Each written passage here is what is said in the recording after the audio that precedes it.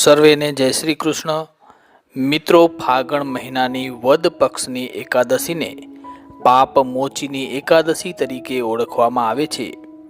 પાપ મોચીની એકાદશી વિશે ભવિષ્યોત્તર પુરાણમાં વિસ્તારપૂર્વક વર્ણન કરવામાં આવ્યું છે.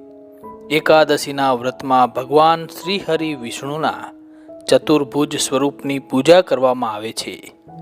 વ્રત રાખનારા દસમી તિથિના રોજ એક સમય સાત્વિક ભોજન કરે છે અને ભગવાનનું ધ્યાન કરે છે. એકાદશીની સવારે સ્નાન કરી વ્રતનો સંકલ્પ કરવો જોઈએ અને સંકલ્પ બાદ ષોડશોપચાર એટલે કે 16 સામગ્રીઓથી ભગવાન શ્રી વિષ્ણુની પૂજા કરવી જોઈએ. પૂજા પછી ભગવાનની સામે બેસીને ભગવદ્ કથાનો પાઠ કરવો અથવા તો યોગ્ય બ્રાહ્મણ પાસે કરાવવો જોઈએ અને પરિવાર સાથે બેસીને ભગવદ્ કથા સાંભળવી. રાત્રિએ જાગરણ કરવું અને રાત્રિએ કશું પણ ખાધા વગર ભજન કીર્તન કરીને જાગરણ કરવાનો વિધાન છે.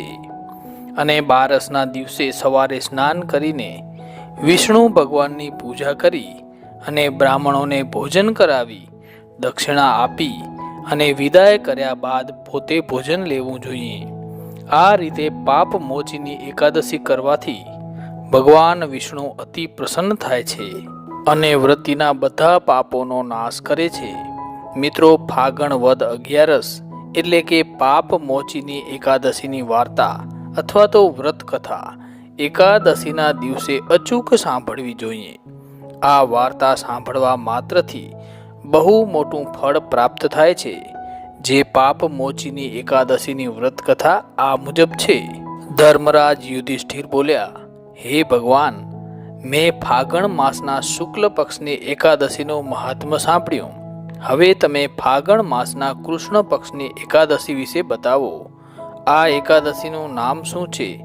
એમાં કયા દેવની પૂજા કરવામાં આવે છે તથા તેની વિધિ કઈ છે? તે બધું વિસ્તારપૂર્વક કહો. ત્યારે ભગવાન શ્રી કૃષ્ણ બોલ્યા, હે રાજન, એક સમયે માંધાતાએ લોમસ ઋષિને પૂછ્યું હતું કે હે મુનિ, ફાગણ માસના કૃષ્ણ પક્ષની એકાદશીનું નામ શું છે? તેની વિધિ કઈ છે? તે વિસ્તારપૂર્વક કહો. ત્યારે લોમસ ઋષિ બોલ્યા, હે રાજન, ફાગણ માસના કૃષ્ણ પક્ષની એકાદશીનું નામ પાપ મોચીની છે. તેના વ્રતના પ્રભાવથી મનુષ્યોના અનેક પાપ નષ્ટ થાય છે. તેની કથા આ પ્રકારે છે. પ્રાચીન કાળમાં ચૈત્ર રથ નામનું વન હતું. તેમાં અપ્સરાઓ નિવાસ કરતી હતી. ત્યાં દરેક સમયે વસંત રહેતો હતો, અર્થાત તે જગ્યાએ દરેક પ્રકારના પુષ્પ ખીલતા હતા. એ જગ્યાએ ગંધર્વ કન્યાઓ વિહાર કરતી હતી. એ વનમાં ઇન્દ્ર પણ અન્ય દેવતાઓની સાથે ક્રીડા કરતા હતા. એ વનમાં એક મેધાવી નામના મુનિ તપસ્યા કરતા હતા. તે શિવ ભક્ત હતા. એક દિવસ મંજુ ગોસા નામની એક અપ્સરા તેમને મોહિત કરવા માટે સિતાર વગાડીને મધુર ગાવા લાગી. તે સમયે શિવના શત્રુ અનંગ એટલે કે કામદેવ પણ શિવ ભક્ત મેધાવી મુનિને જીતવા માટે તૈયાર થયો. કામદેવે એ સુંદર અપ્સરાની ભ્રમરનું ધનુષ્ય બનાવ્યું. કટાક્ષને એની પ્રત્યંચા એટલે કે દોરી બનાવી. આ રીતે કામદેવ પોતાના શત્રુ શિવ ભક્તને જીતવા તૈયાર થયો. એ સમયે મેધાવી મુનિ પણ યુવા અને હષ્ટપુષ્ટ હતા. એમણે યજ્ઞોપવિત તથા દંડ ધારણ કર્યા હતા. તે બીજા કામદેવ જેવા જ લાગતા હતા. એ મુનિને જોઈને કામદેવના વશમાં થયેલી મંજુ ગોસાએ ધીરે ધીરે વાણીથી વીણા પર ગાવાનું શરૂ કર્યું. મેધાવી મુનિ પણ મંજુ ગોસાના મધુર ગાન અને સૌંદર્ય પર મોહિત થઈ ગયા. તે અપ્સરાએ મુનિને કામદેવથી પીડિત જાણીને એમને આલિંગન કરવા લાગી. તે મુનિ એના સૌંદર્ય પર મોહિત થઈને શિવ રહસ્ય ભૂલી ગયા અને કામના વશીભૂત થઈને તેમની સાથે રમણ કરવા લાગ્યા. એ મુનિ કામના વશીભૂત થવાના કારણે એ સમયે તેમને દિવસ રાત્રિનું કંઈ પણ ધ્યાન ન રહ્યું અને ઘણા સમય સુધી રમણ કરતા રહ્યા. એક દિવસ મંજુ ગોસાએ મુનિને કહ્યું, હવે મને ઘણો સમય થયો છે, હવે સ્વર્ગમાં જવાની આજ્ઞા આપો.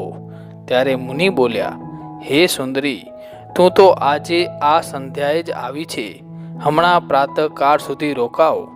મુનિના વચન સાંભળી અપ્સરા એમની સાથે રમણ કરવા લાગી અને ઘણો સમય વીત્યો. પછી એણે મુનિને કહ્યું, હે દેવ, હવે તમે મને સ્વર્ગમાં જવાની આજ્ઞા આપો. મુનિ બોલ્યા, હજી તો કંઈ જ સમય થયો નથી, હજુ થોડીવાર રોકાઓ. ત્યારે અપ્સરા બોલી, હે મુનિ, તમારી રાત્રિ તો ખૂબ લાંબી છે, હવે તમે વિચારો કે મને તમારી પાસે આવ્યાને કેટલો સમય થઈ ગયો. અપ્સરાના આવા વચનો સાંભળી મુનિને જ્ઞાન પ્રાપ્ત થયું અને સમયનો વિચાર કરવા લાગ્યા.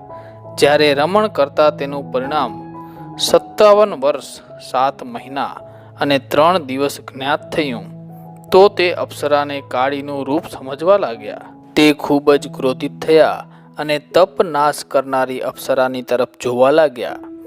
તેમના અધર કાંપવા લાગ્યા અને ઇન્દ્રિયો વ્યાકુળ થવા લાગી. ત્યારે મુનિ તે અપ્સરાને બોલ્યા, હે દુષ્ટ, મારા તપને નષ્ટ કરનારી, તું મહાન પાપી અને દુરાચારી છે, તને ધિક્કાર છે, તું પિશાચીની બન. એ મુનિના ક્રોધયુક્ત શાપથી તે અપ્સરા પિશાચીની બની ગઈ અને ત્યારે તે બોલી, હે મુનિ, હવે તમે ક્રોધ ત્યાગીને પ્રસન્ન થાઓ અને આ શાપનું નિવારણ કરો. વિદ્વાનોનું કહેવું છે કે સાધુઓની સંગત સારું ફળ આપે છે. મેં તો તમારી સાથે ઘણા વર્ષ વ્યતીત કર્યા છે, તેથી તમે મારા પર પ્રસન્ન થઈ જાઓ.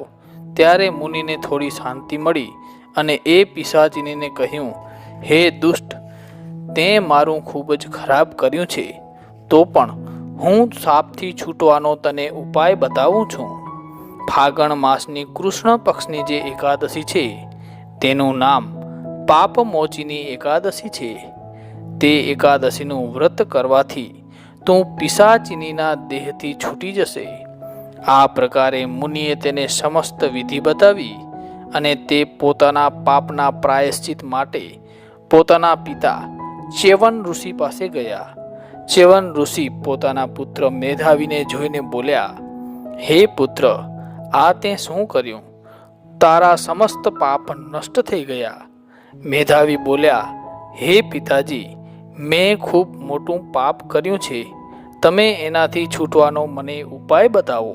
ત્યારે ચ્યવન ઋષિ બોલ્યા, હે તાત, તું ફાગણ માસના કૃષ્ણ પક્ષની પાપમોચીની નામની એકાદશીની વિધિ તથા ભક્તિપૂર્વક વ્રત કર. આનાથી તારા સમસ્ત પાપ નષ્ટ થઈ જશે. પિતાના વચન સાંભળીને મેધાવી ઋષિએ પાપમોચીની એકાદશીનો વિધિપૂર્વક ઉપવાસ કર્યો. તેના પ્રભાવથી તેમના સમસ્ત પાપ નષ્ટ થઈ ગયા. મંજુ ગોસા અપ્સરા પણ પાપમોચીની એકાદશીનું વ્રત કરવાથી પિશાચીની દેહમાંથી છૂટી ગઈ અને સુંદર રૂપ ધારણ કરીને સ્વર્ગલોકમાં ગઈ. આમ પાપમોચીની એકાદશીની વ્રત કથા અહીં પૂર્ણ થાય છે. સર્વેને જય શ્રી કૃષ્ણ.